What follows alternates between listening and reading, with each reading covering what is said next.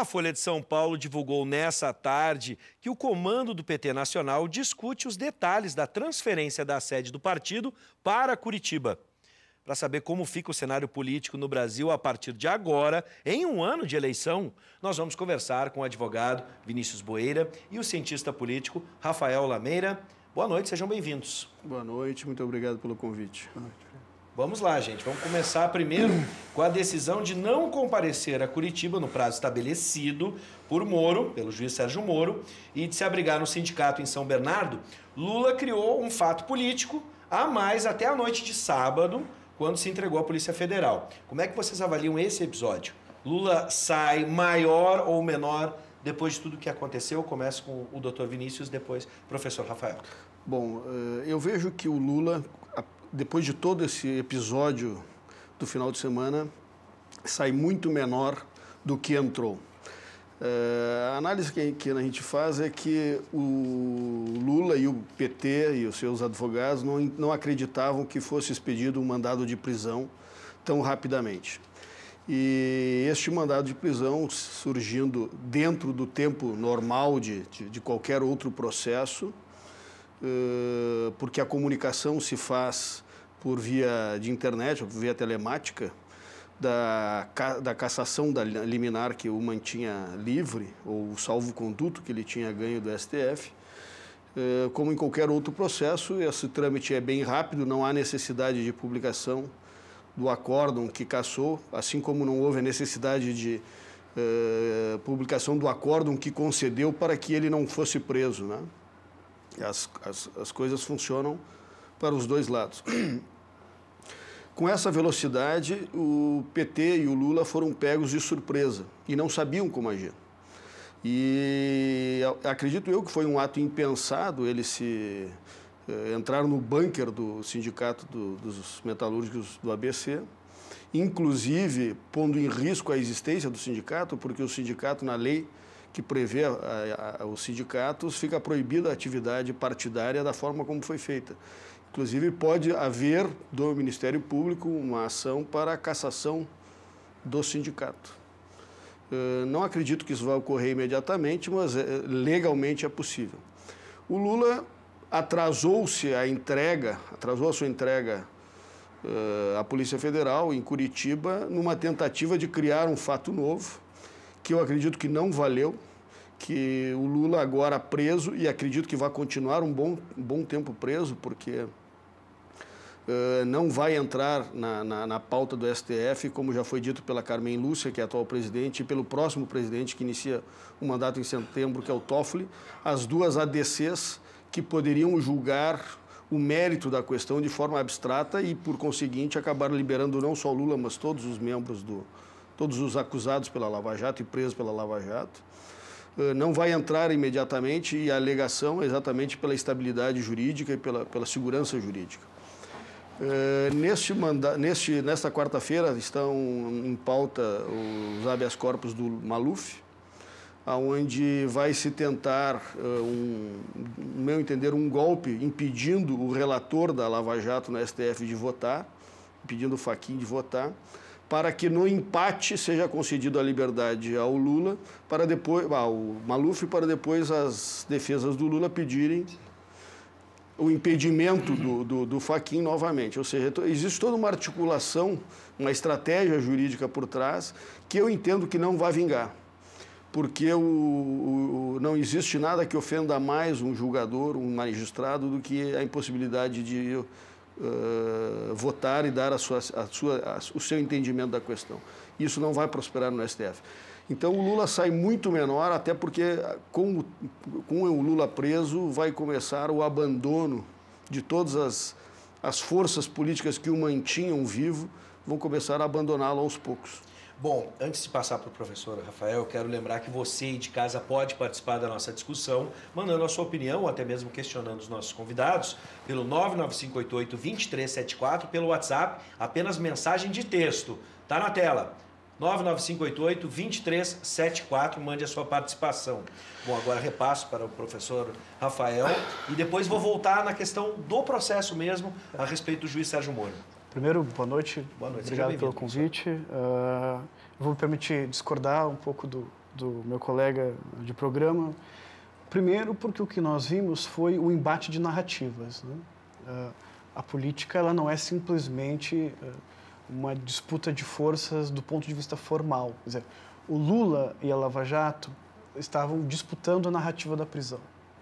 O Sérgio Moro tentou criar uma narrativa de triunfo da Lava Jato, né, de celeridade jurídica, que acabou criando, inclusive, argumentos, né, para que a defesa do Lula e do próprio campo de esquerda pudessem bater na extrema celeridade da Lava Jato contra o Lula e a extrema morosidade contra o outro campo político. Então, o Lula criou uma narrativa, uma forma de ser preso que remontasse a sua antiga tradição sindicalista e o reprojetasse como símbolo da esquerda, como ele havia sido nos anos 80 e 90, que foi desgastada um pouco pelos seus governos, quando tiveram rompimentos de alguns setores de esquerda, como o próprio PT, várias dissidências, inclusive. Né? Mas ele tentou se reprojetar como uma liderança do campo de esquerda, tanto que ele deu uma radicalizada no próprio discurso político. Né? As próprias esquerdas, outros partidos, outros movimentos tentaram passar uma imagem de unidade. Então, se o Lula sai desgastado ou menor para aquele campo que já é contra ele, mas ele sai fortalecido do ponto de vista mítico. Né? Ele tentou construir a imagem de uma liderança popular, e ele foi extremamente bem sucedido nisso. As fotos que circulam até da repercussão internacional são a multidão apoiando o presidente Lula.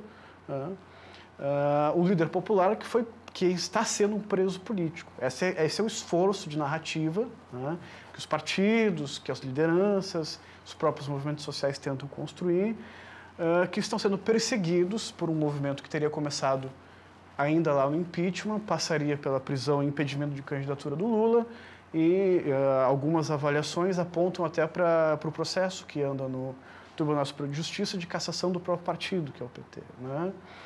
E eles estavam tentando apontar duas coisas. Primeiro, né, o Lula ainda é o líder das pesquisas eleitorais. Né? Ele tem, o próprio PT hoje é o partido que tem a maior identificabilidade com o eleitor. A última pesquisa do Datafolha mostra que 19% dos eleitores brasileiros se identificam com o PT, 7% com o PMDB, 6% com o PSDB e 2% com o PSOL. Né? E na última pesquisa, mesmo condenado, Lula já havia 33%, 34% das intenções de voto. Então, a força do PT, a força do Lula ainda não foram completamente derrotadas, porque para esse campo que apoia o PT e apoia o Lula, essa narrativa que o meu colega acha que diminui o Lula, fortalece para este próprio campo. Foi uma fala do Lula para dentro do campo de esquerda, não para fora. Não é? Ele tentou se consolidar, e a aposta do próprio PT é que essa prisão projete o Lula, como foi no caso de outras lideranças históricas, ao status de mito. Sim. Né? Aquele mito, o líder popular que fez políticas para o povo e que foi perseguido e preso por causa disso. Eu vou pegar essa reflexão sobre a esquerda um pouquinho mais para frente, dando tempo a gente volta, porque ela é importante, na medida em que a gente viu figuras como Manuela Dávila e Guilherme Boulos no mesmo palanque, um de cada lado, sendo que os dois são pré-candidatos. Vamos tentar entender isso, mas ainda sobre o caso. Moro foi ingênuo ou republicano ao dar prazo para o Lula se apresentar? Um pouco o senhor já falou sobre o rito, a forma de como o processo se deu. Eu vejo que o Sérgio Moro está muito pressionado desde o início da Lava Jato, e ele tem tentado agir de maneira até um pouco conscienciosa, diremos assim, para evitar exatamente esta narrativa que a esquerda tenta criar de perseguição política. Ou seja, se não fosse o Lula, eu não acredito que teria sido dado tamanho benefício pelo juízo. Mas o juízo, até pela deferência ao cargo que o Lula ocupou de ex-presidente da República, né, acabou concedendo isso, mas sabendo que isso não modificaria o destino final. Ou seja, tanto que não modificou, não haveria como o Lula escapar da prisão, não haveria o tempo que ele ganharia seria exatamente para tentar construir uma narrativa que modificasse a realidade, que é o que realmente a esquerda tentou fazer, como colocou o Rafael. A esquerda tenta criar uma narrativa que distorça a visão real que pode se ter dos fatos. Ou seja, a sociedade vê uma coisa e a esquerda tenta criar um argumento diferente, uma narrativa diferente, para tentar convencer as pessoas de que aquilo que estão vendo não é verdade. Essa celeridade que tu comentaste antes, nesse processo, como é que a gente pode avaliar? Eu quero recordar a fala do próprio Washington Post nesse sentido, né? O grande problema da Lava Jato é que ela não avança para campos como partidos como o PSDB, por exemplo, né? Nós temos hoje, a última vez que eu li, eram 17 condenados em segunda instância pela própria Lava Jato, incluindo o ex-governador de Minas Gerais, que é vice-presidente nacional do PSDB, que ainda responde o processo em liberdade. Quer dizer, a Lava Jato, ela avançou sobre o governo Lula, mas a menos que a gente acredite no conto de que a corrupção no Brasil começou no governo Lula, ou que apenas alguns poucos partidos são responsáveis por toda a corrupção, a Lava Jato ainda precisa responder de por que ela não avançou nas investigações que são paradas há muitos anos. Inclusive, há poucos meses prescreveu processos contra o Aécio Neves, processos contra o próprio Geraldo Alckmin, né? Romero Jucá acabou tendo um processo dele prescrito no STF. Então, a Lava Jato agora ela precisa responder, inclusive internacionalmente, ela fica sob cheque, quer dizer, ela vai continuar combatendo a corrupção ou ela estava simplesmente atrás do Lula e do seu governo? E outra questão que eu quero comentar é que a centro-direita, né, não consegue admitir que a sua narrativa também é uma narrativa. Quer dizer, o que a gente está vendo são dois embates de narrativa, né? Uma delas tende a prevalecer do ponto de vista político, histórico, né? Mas a narrativa de que a Lava Jato é uma ação contra a corrupção no Brasil, que ela não é partidária, que ela não tem posição, que ela é imparcial, também é uma narrativa, né? Que se enfrenta com a narrativa da própria esquerda, que mostra, olha, tem problemas. Quer dizer, por que a lei se aplica dessa forma e tão rápido para uns e não se aplica para outros? Por que a lei... A lei é uma regra de jogo, né? Ela é aberta à disputa política de correlação de forças, como o próprio STF tem mostrado, ele tem tomado decisões de acordo com uma certa opinião pública, de acordo com a pressão política. O próprio Sérgio Moro se sente pressionado, quer dizer, a própria lei, a própria regra, os próprios magistrados são movidos também por pressões políticas e assim tem se comportado. Sabe? Isso precisa ser colocado em debate, precisa ser trazido à tona para que não se passe a ideia de que existe uma justiça imparcial, né, neutra, absoluta, né, e um campo político, porque existe um fenômeno recente no Brasil que eu acho que é extremamente prejudicial para a democracia, que é a criminalização da política. Né? Como já é clássico nos autores americanos, não existe democracia sem partidos. Né? Então, essa tendência a criminalizar os partidos e a própria ação da política é extremamente prejudicial, porque se as pessoas perdem a confiança nos partidos e na democracia, o caminho para regimes de exceção é extremamente curto, é rápido. Um artista popular comentou esses dias e ele tem total razão. Um regime de exceção não vem estampado com manchete de jornal. Ele é fruto dos embates da sociedade. Não é à toa que se cresce um campo de intolerância política, né? De tiros a comitivas, de violência, de agressão a jornalistas. Quer dizer, a conjuntura política está exaltada também um pouco por essa manifestação de intolerância que se cria. Né? Bom, eu vou pular aqui uma questão, mas eu vou deixar ela em aberto para uma reflexão posterior. Que a gente já sabe que o país está dividido. E a gente citou aqui duas narrativas, duas formas de encarar o mesmo acontecimento. Agora, uma outra ideia surgiu agora no comentário do professor, que é essa ojeriza política, ou os políticos. Esse ódio, essa raiva.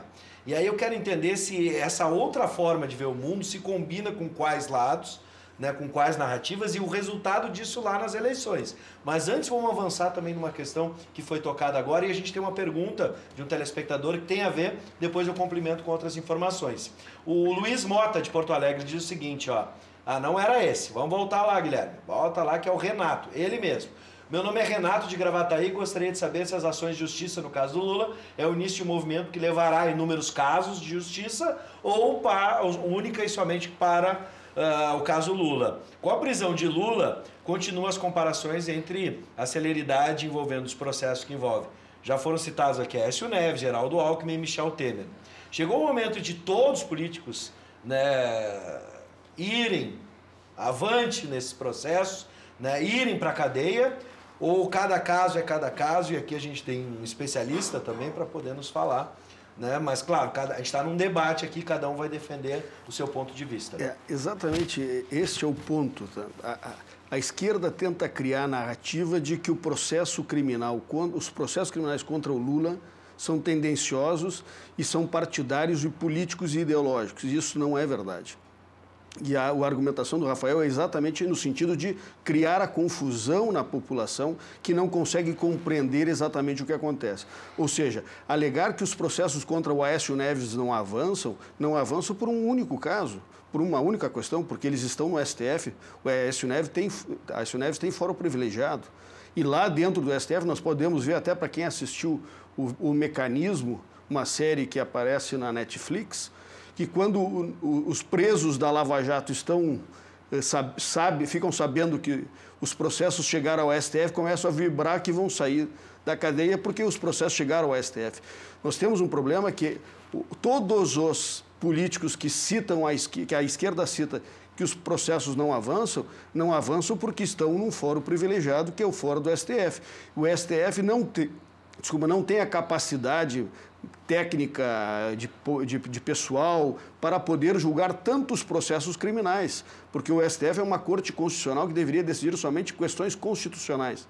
Por causa do foro privilegiado, acabou ficando abarrotada de processos e nós podemos ver que o foro privilegiado tem privilegiado muito mais os políticos de esquerda, como no caso do Mensalão, onde o Mensalão iniciou em 2013 e foi começar a ter as condenações a partir de 2009. Sim. Dentro do STF.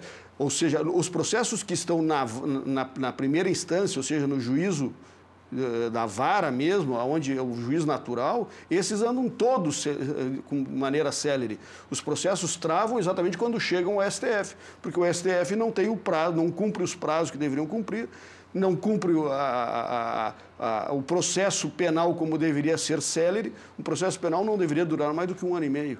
E nós vemos processos no STF, como o caso do Paulo Maluf, durando 20 anos dentro do STF. Bom, então a saída seria o foro privilegiado, a extinção do foro privilegiado? Eu defendo que deve acabar o foro privilegiado, porque o foro privilegiado, no máximo, deve ser mantido para crimes praticados no mandato.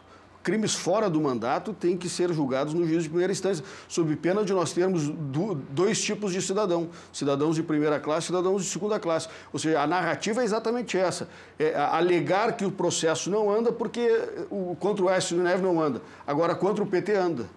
Eu não vejo dessa forma. Todos os processos que estão na 13ª Vara de Curitiba estão andando com a mesma celeridade. E a jurisprudência dentro do STF só mudou para ver o casuísmo que acontece dentro do STF. A possibilidade de prisão em primeira e segunda instância valeu desde que o Brasil é Brasil, em todo o período republicano, e só deixou de valer em 2009, quando os processos do Mensalão começaram a bater no STF. Aí se mudou a jurisprudência. Felizmente, em 2016, o STF voltou atrás e, por questão de segurança jurídica, não pode haver uma nova mudança tão imediata. Sim. Nós temos que manter essa possibilidade, independente de quem seja o réu. A lei tem que ser igual para todos. Preciso passar agora, professor, que a gente tem pouco tempo, mas a questão centrou-se agora no foro privilegiado, nesse caso. São as circunstâncias para Alckmin, Temer, entre outros? Eu tenho um pouco de receio desse argumento, porque, por exemplo, pela própria mão do Sérgio Moro já passou o caso do Banestado, que também ficou à deriva por muitos anos, né? Estou dizendo absolutamente assumindo uma posição, quero dizer, o próprio Geraldo Alckmin agora não tem mais foro privilegiado, o Aécio Neves apareceu em escutas telefônicas, né? O Renan Calheiros enfrentou o STF, não saiu do mandato e... Todos eles com foro privilegiado, Renan Calheiros... Mas veja... Aécio Neves são senadores, inclusive o Aécio teve a prisão decretada e o Congresso Nacional disse que não iria aceitar. Veja, no caso do foro privilegiado que ele cita, né? Mesmo o STF sendo uma corte com suas demoras processuais, quer dizer, você já tem uma quantidade de indícios muito fortes para iniciar a ação contra ou então pelo menos para não deixar prescrever as antigas, né? Eu não sou um jurista, eu quero dizer que, do ponto de vista político, né, essa narrativa que é construída de imparcialidade da justiça, ela tem a sua própria dificuldade de se assumir como posição, né? se tenta construir a ideia de que existe uma posição absoluta, né? A verdade magistral, né? E tem-se dificuldade de reconhecer que o próprio STF, os próprios juízes, né, são instâncias políticas, né? A própria briga pela distorção da lei, por exemplo, eu vi uma pergunta ali, que eu acho que vai entrar na hora depois, por que o Lula não pôde assumir como ministro, porque seria foro privilegiado para burlar a justiça, e o Temer criou um ministério para o Moreira Franco, por exemplo, poder assumir e ter foro privilegiado, e a justiça não barrou. Eu consigo me lembrar agora de 5 ou 6 ministros do governo Temer que são investigados, que foram nomeados ministros, né? E o STF não questionou e não concedeu liminar, como concedeu no caso do Lula. Quer dizer, em qualquer democracia do mundo, por exemplo, divulgar a escuta de presidente da República em rede nacional é crime. Crime de segurança nacional, né? E no Brasil não. Isso passou batido, passou em branco. Então, as regras do jogo estão em disputa e estão sob interpretação, assim como a narrativa. Quer dizer, essa é a essência da política, né? São as correlações de forças no seu embate, no próprio embate de narrativas, no embate da versão tida como correta, né? Que você pode se esconder atrás da norma, mas você também pode mudar a norma quando precisa enquadrar determinado ente político. Por exemplo, você refaz a lei da segunda instância, porque você precisa dar uma resposta à pressão de uma certa opinião pública pela Lava Jato, para prender aquelas figuras a qual você está tentando atingir.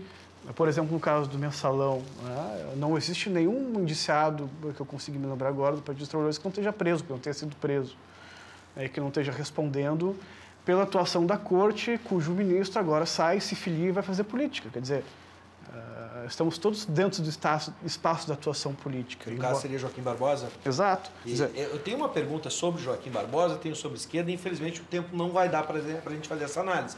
Pelo menos o caso Lula, a gente conseguiu debater um pouco nesses 20 minutos. Eu vou deixar o convite aberto, especialmente até para o professor, para fazer a sua análise política sobre essa esquerda agora que a gente tem, que a gente viu no palanque e que por um determinado momento a gente não teve uma certa união cobrada por elementos da própria esquerda. Será que essa união vai acontecer agora, mesmo com 2 pré-candidatos? Infelizmente, professor, a gente não vai ter tempo para responder hoje, mas o convite já está feito. O professor Rafael volta para a gente fazer essa análise que eu acho importante sobre, seja qual lado for, já que a gente está dividindo tudo aqui, enfim, a gente vai olhar esse lado, né, no palanque ali que a gente teve Manuela, Boulos e Lula, como será a corrida eleitoral. A proposta era essa, primeiro analisar a partir do caso Lula. Muito obrigado, doutor Vinícius, professor Rafael. Sejam sempre bem-vindos e a gente se encontra uma outra oportunidade. E obrigado a você que mandou sua participação. O pessoal mandou perguntas aqui, infelizmente não deu tempo. O assunto sempre é complexo e falta tempo.